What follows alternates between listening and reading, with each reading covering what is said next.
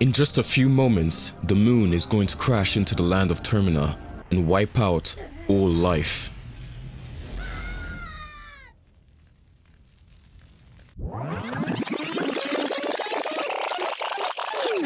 And you have just been teleported there 3 days before this happens. Could you survive? Well, let's find out.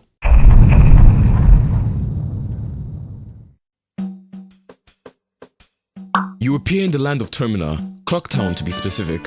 How did you get here? Who knows? All you do know is that you are completely screwed. That moon up there, it's coming down. And in 3 days, everything you see around here is going to be completely destroyed. So what's the plan? Well, it's only day 1, so you still got some time. There's no need to freak out. Yet. Okay, first things first, start exploring the town. Head to South Clocktown where the clock tower stands. It's the tallest structure in the town, making it a good reference point as you figure out where the heck you are.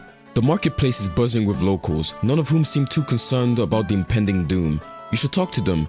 They might not know about the moon crashing into their town, but they might have some useful info about the surrounding areas and potential hiding spots, or at least the best places to gather info. Now let's talk about food and shelter. You're gonna need both if you want to survive, at least for the first 2 days. But here's the kicker, you're broke. No rupees, no service. But don't worry, Clocktown is filled with treasure chests scattered around it, almost like it's a game or something. Some of them have 100 rupees just lying around. Sure, you'll have to do some parkour to reach them, but if a literal child can do it, so can you. Just try not to break your neck, it will be really embarrassing if you die before the moon even hits. With rupees in hand, grab a bag and start hoarding as many supplies as you can. Get bread, fruits, anything non-perishable. Trust me, you won't be able to forage for any food when that thing hits. Next, swing by the Stockpot Inn in East Clocktown to secure a room. There's a chance they will be full because of the festival that's going on, but if that happens, then your backup plan is the observatory. Heads up though, you'll have to chase around the pesky bomber kids to get the code, which is going to waste time that you simply don't have. It's day 2. You might have noticed something. The moon. Yeah, it's closer. Like, you're running out of time closer. Today's the day you need to make some big decisions, starting with where you're gonna take shelter when that big rock falls from the sky. Staying in Clocktown is a definite no-go. It's ground zero of the impact. You need to get as far away from this place as possible. That leaves you with 4 options: Woodfall, Snowhead, Ikana, and the Great Bay. Let's break it down. Ikana? Hard pass. Sure, it provides some good cover, but the land is also infected with something called, death. And even if you do survive the exploding rats, the walking dead, and super jacked up dry bones, you could still end up getting turned into a Gibdo before you find a good place to hide. I don't know about you, but that doesn't sound great to me.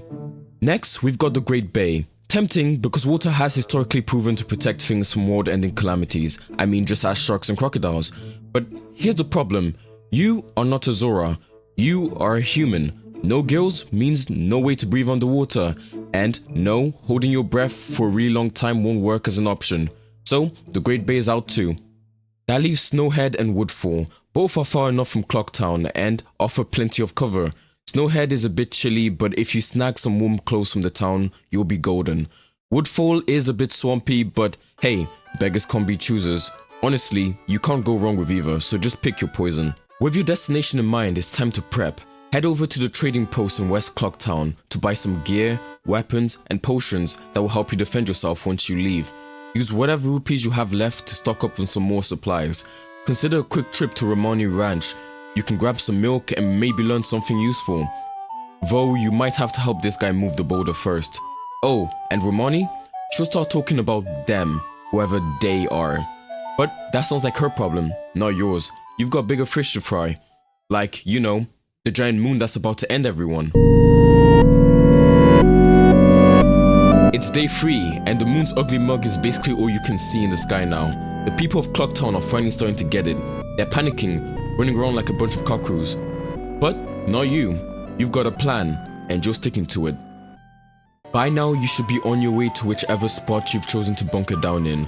Once you get there, find a cave or something you can turn into a makeshift shelter. Be smart about it though. You don't want to pick a spot where you'll end up crushed by a flying boulder or a fallen tree when the shockwaves hit. Once you found your hiding spot, there's nothing left to do but wait. As the clock ticks down to 0, close your eyes and brace for impact. I hope your preparations were enough.